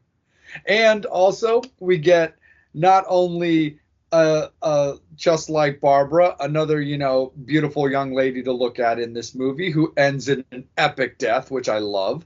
But we also get the return of one of our beloveds. When it comes to not only the horror genre and movies we've talked about, but malls in Ken Foree is in this movie. And it's just like, oh, you poor guy. Like, He's like, I'm back at a mall again. seriously, man. But I always thought that was like, I love the casting of this. I thought it was super, super fun. And, but yeah, when it came to like Ken, I was like, man, Ken's just one of those like established power players. But sometimes you don't quite realize just how far his reach goes until you start talking about things. Because, you're talking about, Dawn of the Dead, and that's what you know Ken from. And then, you see him in a movie like The Devil's Rejects, and you're like, oh, wow, that's cool, where he's playing Charlie. And then he becomes part of, Rob's crew, and then he leads him to other appearances like Lords of Salem and stuff like that. And then as we do different topics and decide what movies we want to talk about is when, as you rediscover movies, you rediscover actors that you either forgot were in the movie or just didn't realize that was them because they hadn't built that, that discography or filmography, I should say, of a body of work. But I just thought it was so fun watching this movie, realizing that that was Ken Foree, and I was like, that poor bastard's back in the mall with things trying to kill him. Yeah. And that's the crazy thing about this movie too, with the casting and stuff like that. I mean, no, like I said, you got the Ken in it.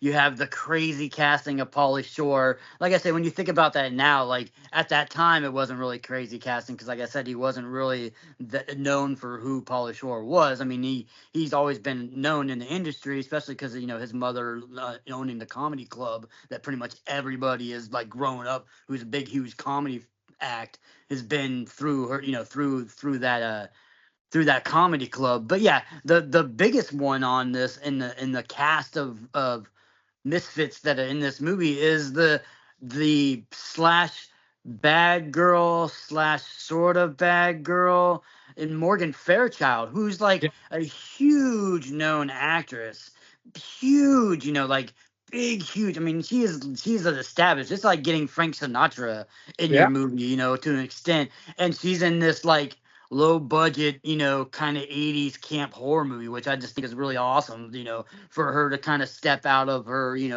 her normal wheelhouse. I would imagine that they probably gave her a little penny for this movie, but Right.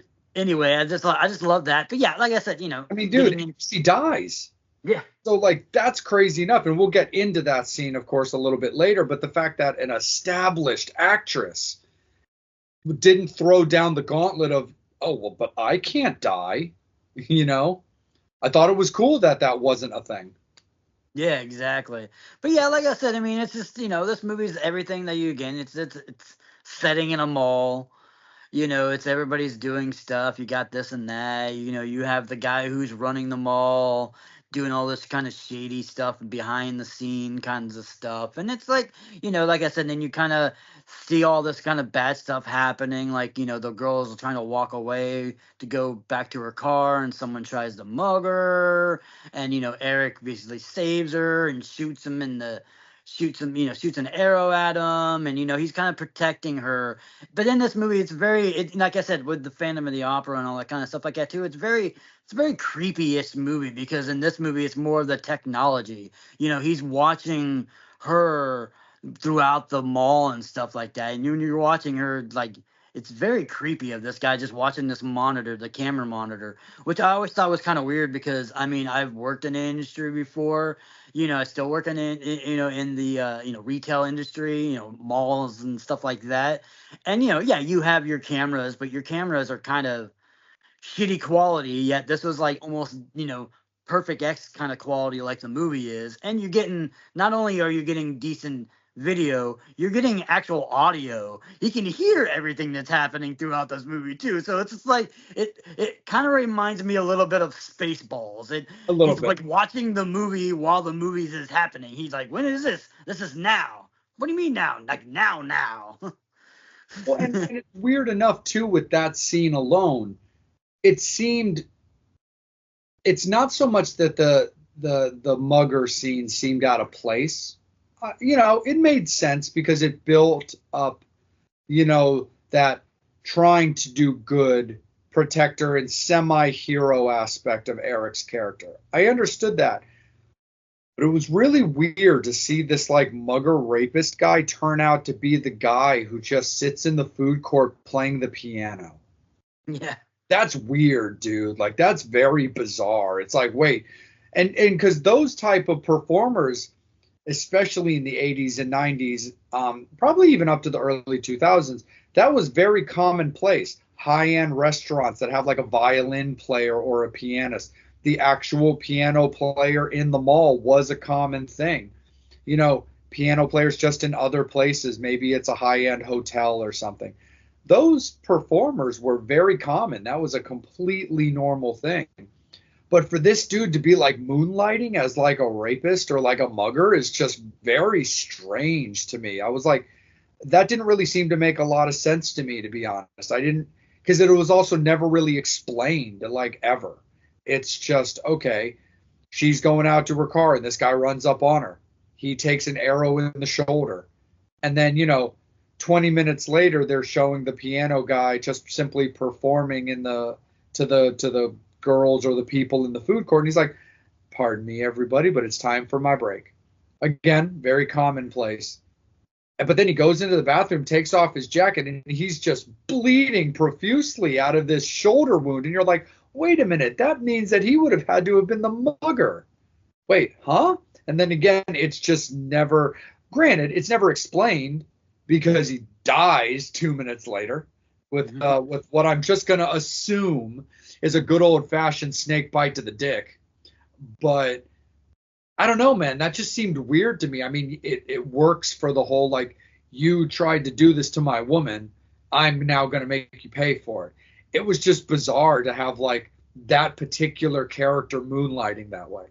Yeah. I mean, to me, I think he might have been part of the pact of the guy who ran the mall. Right. He might have been one of the bad cronies from him. But yeah, they never really kind of explained it. It was mainly just like Eric's watching anybody who does anything bad to his woman, and he's basically just gonna take revenge on you while he's lit. And like I said, where you have the Phantom of the Mall, just like in it too, you got the catacombs and the places where he's hiding. He's hiding in the basement, in the very bad part of this basement.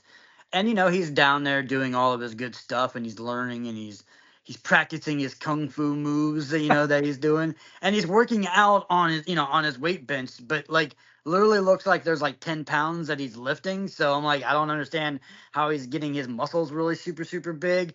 And yet he's supposedly a super strong. So he's pulling, he's lifting weights that basically is 5 pounds. But yet throughout this, and then part of this movie, he stops a compactor coming down, and he's strong enough to hold it up for a while. Which, I mean, unless you're like RoboCop or maybe one of the killbots from Chopping Mall, you don't have the power to stop a compactor from coming down. That thing is gonna chop your fucking hand off quicker than shit. It's just gonna clamp down quicker than hell. But yeah, I like that. And and then like you said, he's burnt a little bit in this movie. He's got the mask that he wears, and the other part that's always funny too that I always laughed about, yeah, you have, obviously the bad guys and the villains, and even in Phantom of the Opera, but I mean they didn't push it as much, but some of them, where they, obviously the flames have messed up his face a little bit and maybe his vocal cords. In this movie, he's gotta talk like this. I was like, it was very Batman like. I thought I was watching Batman for a minute, like, I'm gonna beat you, Gotham. No, for sure, man. And it's fun with that. I mean, it's a very traditional, I will say it's a very traditional Phantom of the Opera story arc. You learn throughout the movie about what happened to Eric, and that it's him, and this is why he's acting this way. But the big, and it's funny too, because while technically Eric, while being a protector, is the villain of the movie, you've got this kind of secondary villain, but it's not because of, there's basically, I personally call it like a square of villains in this movie, and I'll explain. So you've got Eric, obviously. You've got, Posner, the manager of the mall, and you've got Morgan Fairchild. Again, we'll go into some details shortly enough about why they're on my villains list. And then you've got the strange thing enough in the guy that's now courting, his ex-girlfriend. And the reason I look at it this way, and again, this has nothing to do with him and his character. It's not that he's a bad guy. He's simply there due to being a journalist, just being a press guy who's, covering the opening of this grandiose new mall and gets hit with like love at first sight. So he wants to, get to know her because he's just like in complete just ooh la lasville, over her. And then he starts noticing things because he does realize that it's the same girl from the the house situation who kind of testified that that there wasn't enough like research or whatever done into this earring guy that tried to kill Eric, or ultimately did kill Eric. Just kind of however you want to look at it. But yeah, Peter is just kind of this unique little, like, almost impromptu villain, because that's how Eric sees it. Yeah, I mean, and like you said with the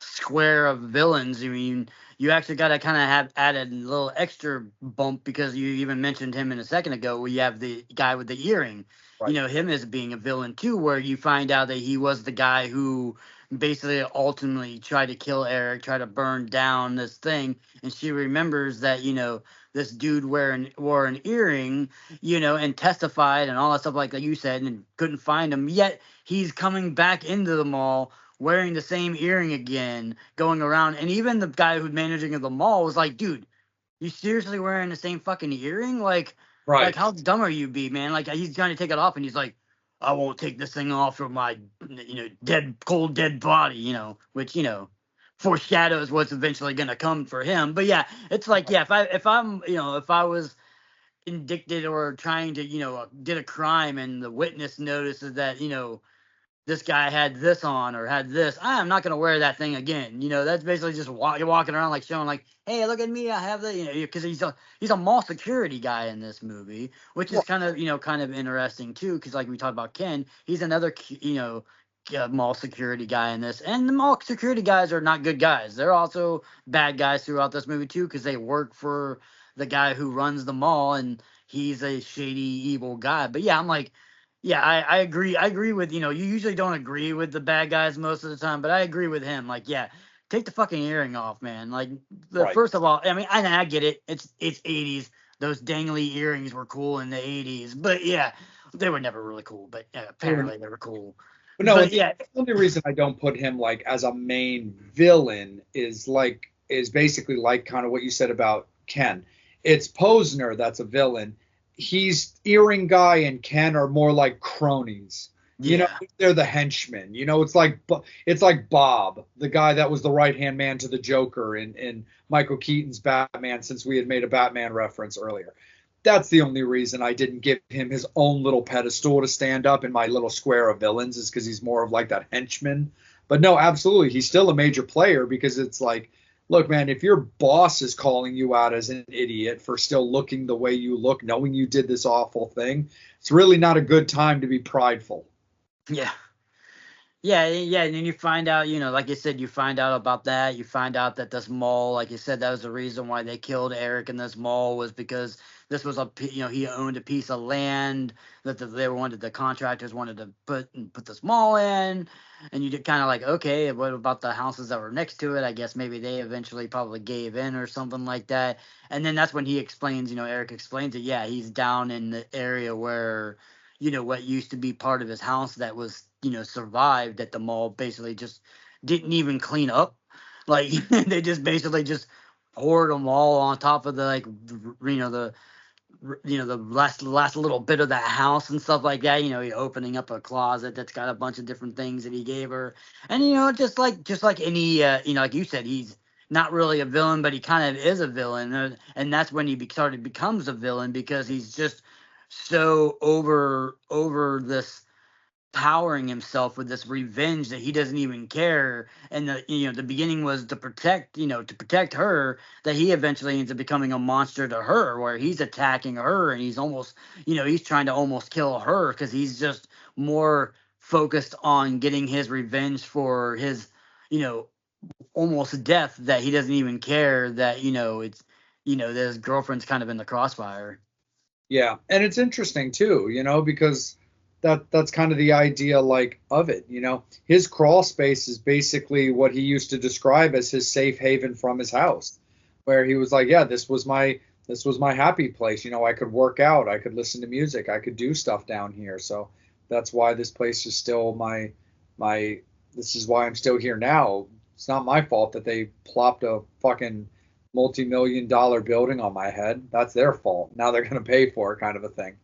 But yeah, it's that same typical thing where, where she knows that she has to move, where Melanie knows that she has to move on with her life, and Peter's kind of there for her to do that, and realize that this works for her, and can't handle, where I don't think it's that hideous look thing, because there's plenty of real life stories about a person not caring about the disfigured nature of their mate. It's what he's become, this revenge, monster person, where he's like, you need to stay down here with me forever. She's like, no, dude, like, I got a life up there. Like, I belong up there. Like, that's where I need to be.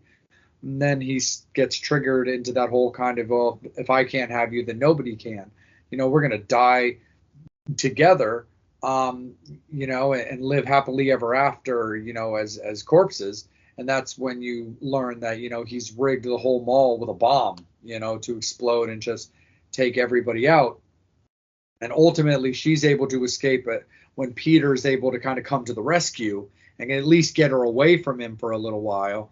And that's what then sends him on not only his final revenge of plotting, of getting his hands back on her to kill her with him and everybody else, but he ultimately does get that final revenge on, Morgan Fairchild's character and General Manager Posner in some pretty epic ways. Like I hinted before, I mean, he just straight up just chucks her out a window, where she impales herself on like a spike of like a display, and then he just flambés Posner with like a fire torch gun, which at the same time you can't help but laugh a little bit, like, why the fuck would one of those even be around? Like, how is that handy enough to just light a dude on fire, ultimately lighting himself on fire as well, which was pretty crazy as he, jumps out of the now exploding again store. I wonder if it's the same store. The now exploding store, as he tries to dive out of it while he's, cooking, and then everybody runs for their lives out of the mall before it ultimately explodes. I was kind of curious on that too, whether or not the initial, before the whole entire mall decides to get blown up, the one section, I wonder if he was in the paint store. Right. That's why it blew up so easily. He was like, oh shit, he wasn't expecting that, he was going to be stuck in the paint store that can blow up a lot easier than nut shit. He's like, oh damn, I didn't realize it was going to blow up that quick. I need to jump out this damn window to try to save myself. We're going to change it from paint to propane. Yeah. We're just going to do it that way. Also, for the record, Devil, can we acknowledge the fact, and for some reason, at least to me, in true Pauly Store fashion, he and the girls and Peter just ride off into the Sunset Stallion style on a motorcycle with a side carriage that suddenly appears in the mall? Yeah. Like, wait, everybody else is walking / running for their lives out this mall, like frankly normal people. Yeah, of course some panic, but they're all safely getting out.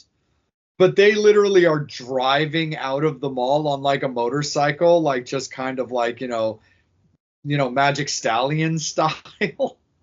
I remember watching that being like, wait, there's just a motorcycle with a side buggy just ready to go to save anybody or get them out quickly. It's one thing nowadays where you see security guards on the Segways, but I'm like, wait, there's just a mall motorcycle just available? Maybe that mall chopper / extra seat might have been part of Tom Savini's thing, and then maybe this mall is the same mall as Dawn of the Dead and just happened to be in the mall. They're like, oh shit, yeah, okay, it's cool. We got this. He was mall. on loan to Ken. Yeah, Ken. That's probably what Ken drives to work. He drives that with the earring guy to work. Right. So funny, dude. I just think that's so hilarious. But yeah, ultimately, the mall explodes and it looks like it's going to be a wrap. And then, the two now young lovers are so excited for their new life. And the movie ends as a pan to the very charred, crispy body of Eric, that I will say you kind of kept ultimately waiting for him to open up his eye or his eyes. And you don't get that. It does fade to black and go to the commercial. So there is that little hint, but of a possible continuation, but ultimately it never happened. And they never showed him to not be a dead body. But there's one other thing I did want to talk to you about that I found very interesting before we get into the obituaries, is I found it really cool and interesting with this movie. It's got a subtitle. but it's got a subtitle of a movie that you would assume then would be a sequel, but it is its own movie. It's a standalone movie. There isn't a movie before it. There's not a movie after it, which technically you would think would be more of the trilogy movie. But it's Phantom of the Mall, Eric's Revenge. It's got a secondary title that usually is pretty consistently reserved for sequels and beyond. Yeah, I'm kind of curious on that too. I was wondering if, I mean, maybe at the time they were making this movie, there might have been another person making a movie that was going to be called Phantom of the Mall or something like that, or maybe because the Phantom of the Opera playing, they wanted to kind of make it longer so it's not completely just because like at least with like the other Phantom of the Opera remakes like the Robert Englund one and all them, they had permission from the people who own the rights to Phantom of the Opera to be able Yeah. to do those movies. Or maybe if he made a Phantom of the Mall, they're gonna be kind of like, okay, maybe it's a little too close to Phantom of the Opera. You're gonna give us something, so maybe add in that extra. But yeah, normally, usually when you hear like those, you would think, okay, where's the first Phantom of the Mall? Because you would think it'd be Phantom of the Mall would be the first movie. Then this movie's Phantom of the Mall, Eric's Revenge, and then the next one's Phantom of the Mall, you know, blah blah blah blah loves this guy, or something like that with that Right. third title. But yeah, it is kind of interesting. Melanie Wedding. Yeah, it's kind of interesting. I'm curious on why. I mean, obviously because Eric is the main person, and Eric's revenge and all that stuff like that makes it with the subplot and the plot of the movie. But yeah, I'm kind of interested in why they decided to add that into the title. Yeah. I always just found that really interesting because when you pitched it to me at first, I was like, cool, man, sounds awesome. And judging based off the title, I was like, okay, I think I get a rough idea of how this is going to be designed.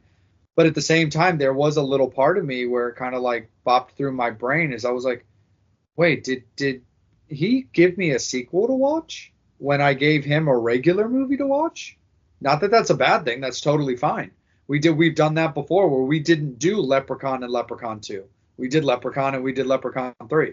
So that's not something we wouldn't do, but it was something that kind of at least bopped through my brain. And then when I looked it up and watched it, I was and found it to watch, I was like, oh shit, this is literally a standalone movie. This is just what this movie is called. It's called Phantom of the Mall, Eric's Revenge. Like that just is the professional title.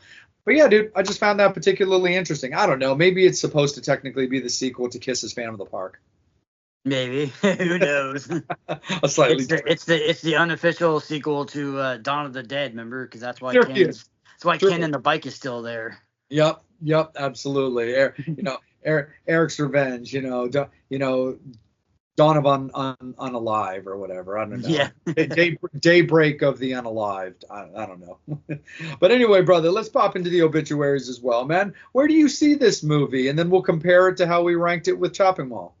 I mean, like I said, this movie is, it's again, it's not reinventing the wheel. I like the fact that it's a Phantom of the Opera Phantom of the Opera movie, mixed in with like, the mall, like I said, the mall craze of the, late 70s, the early 80s malls. This is like towards the end of the 80s, but then, still malls were still super huge.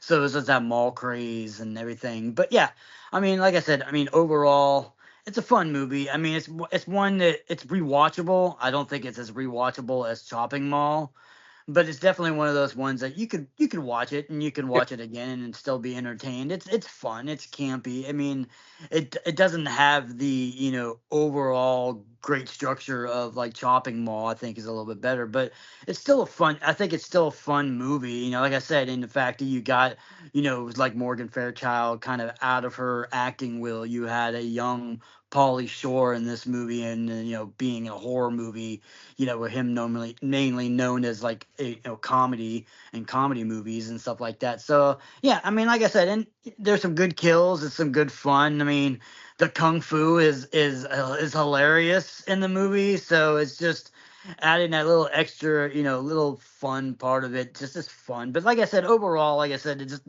again, this movie is not trying to reinvent the wheel. I mean, I'm gonna go with a 6.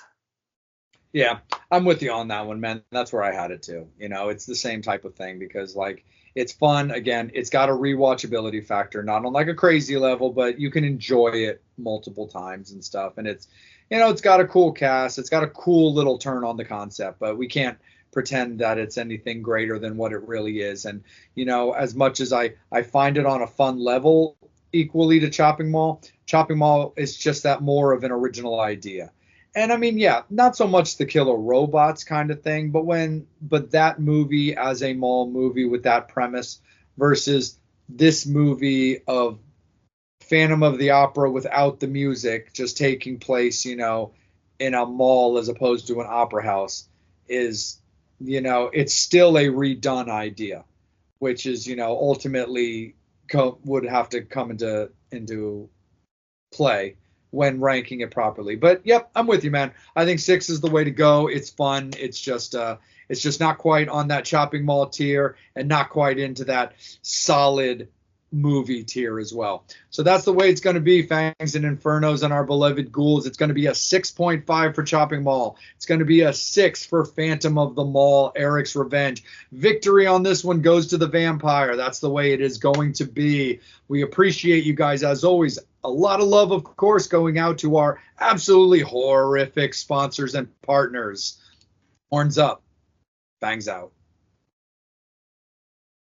Devil, my friend, I think we should have a little quick conversation about everybody's respectful celestial abodes, where it be my little coffin, where I lay my head at night, or at times that you feel that you just want to go back down to make sure that hell's not getting out of whack while you are away. Let's talk about it. Vampire and Devil's newest partnership in Twisted Vines, our dear friends, Chris and Sarah and Cadaver. Oh yeah, you like scary stuff, you like horror decor, come and check out Twisted Vines. They make all the kind of cool shit, all for your house, all kinds of scary shit. They love it. You like to bring back the horror, you want to scare your neighbors, you want to conjure up a friend to talk to, you want to conjure up somebody bad, you want to do some bad stuff to them, you go to Twisted Vines and get some of their merch. Absolutely, for sure. Everything is completely handmade by them. So if you need a little friend, maybe a round set abode, maybe you want to conduct a little evil towards a friend that was a friend, maybe no longer a friend. They have voodoo dolls they can do for you to allow for such activities. But you know how much we love our Ouija boards, my friend, and they make all of those by hand. They took care of your beloved vampire with a nice Nosferatu board, but the devil, he happens to be a Munsters fan. And not only do they do boards as traditional rectangles, but they can put a little bit of coffin flair in them. Oh yeah, look at that coffin shape Munster board. Yeah, you wanna conjure up Mr. Herman? You wanna ask him how Pet Cemetery was? You can do it on this board. Oh yeah. Absolutely, my friend. So again, thank you so much to Twisted Vines for partnering with the Vampire and Devil podcast, and make sure that you, Fangs and Infernos, are checking them out on their Facebook page, on their Instagram pages, and making sure that you are checking them out as they move around the country, showing their craft off at all of the various horror cons and oddities expos that they love to do. So absolutely, my friend, of course, man, horns up, fangs out for our friends at Twisted Vines. Oh yeah.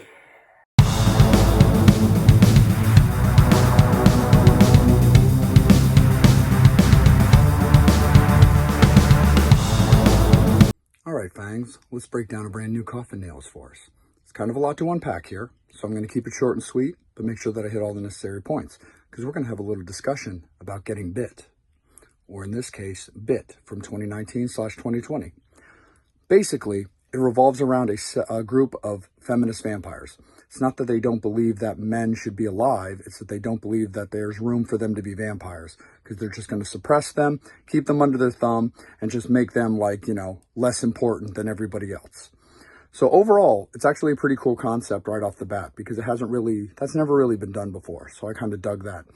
It's based around Duke, who's the head of this feminist vampires, who, as growing up, as a human, led an incredibly hard life full of drugs, alcohol, prostitution, and whatever she could do to get by from day to day is just what she had to do to get by.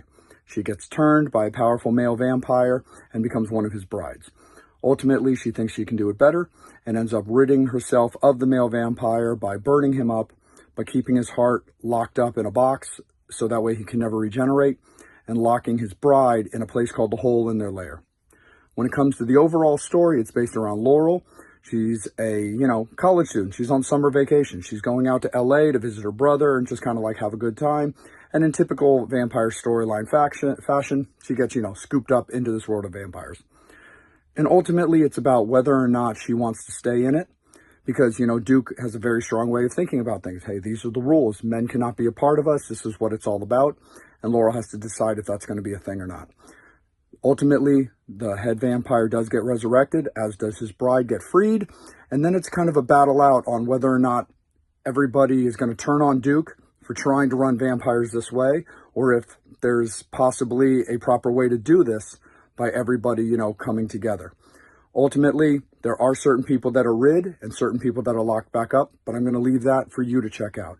But again, overall, I like this movie. Unique concept, very cool, well executed, well acted. I'm going to give it a solid 7 on this one. I thought it was very, very good, and I enjoyed it, and it's definitely something I could see myself watching again. So check it out. 2019/2020's Bit. Hey kiddos, here's the devil with another quick movie review. Just got done watching the 2022 movie Candyland. Have you watched this yet? It's pretty crazy. It's about lot lizards. Those prostitutes that hang around the truck stops and do some shady and seedy stuff. And then you add a little bit of extra religious cuckoos to the movie. Oh yeah, I never understood those religious kooks that like to drink the juice like Jim Jones and all those freaks. Anyway, it was a pretty cool movie. It had some blood and guts. It's got lots of tits and pussies and all kinds of nudity in the movie. I love nudity. The devil loves the body. Anyway, you should go check it out. It was a pretty crazy movie with a crazy ending. And guess what? It also had a Baldwin in it. Woo! Anyway, go check out the movie. It's scary gold. Welcome to the part of the show where we honor those who have died in the month of December. This time we're going to do things a little different. We're going to honor some of our pop culture heroes. Eartha Kitt, the Catwoman. Betty Page, ooh, that sexy pinup. Richard Pryor, the king of comedy. And Carol Spinney, good old Big Bird from Sesame Street. Lost but never forgotten.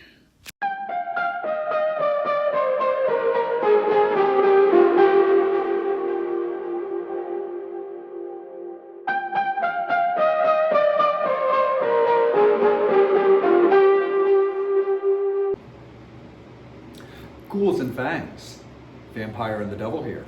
I got a little question for you. Devil, there's kind of a triangle, a three-headed monster per se, when it comes to Baltimore, that I don't think people necessarily realize.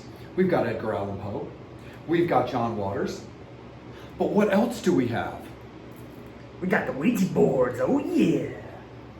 Absolutely. Starting in Baltimore way back in the day, a lot of people are unfamiliar with William Fuld and Elijah Bond, who patented, and the birth of the Ouija board was right here in Baltimore.